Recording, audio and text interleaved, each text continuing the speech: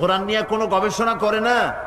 ওয়ালাউ কানা মিন ইনদি গায়রিল্লাহ, যদি এটা আল্লাহ ছাড়া অন্য কারো কাছ থেকে আসতো, লাওয়াজাদু ফীহি ইখতিলাফান কাসীরা, তাহলে এর মধ্যে তোমরা অনেক অসঙ্গতিপূর্ণ বক্তব্য পেতে, একটার সাথে আরেকটার কথার মিল হতো না। কিন্তু কোরআনের মধ্যে প্রত্যেকটি বক্তব্যের সামঞ্জস্যপূর্ণ, সঙ্গতিপূর্ণ, কোনো অসঙ্গতি কোরআনের মধ্যে নাই। তোমরা কি এগুলি চিন্তা করো না, বিবেচনা করো না? তোমাদের কি আকল নাই, জ্ঞান নাই? আফালা তুবসিরুন, আফালা তাসমাউন, আফালা তাআকিলুন, তোমরা কি দেখতে পাও না? তোমরা কি শুনতে পাও না? তোমাদের কি জ্ঞান নাই, আকল নাই? আল্লাহ তাআলা বারবার বলছেন এটা দেখো, কোরআন সম্পর্কে চিন্তা করো, ভাবনা করো, গবেষণা করো।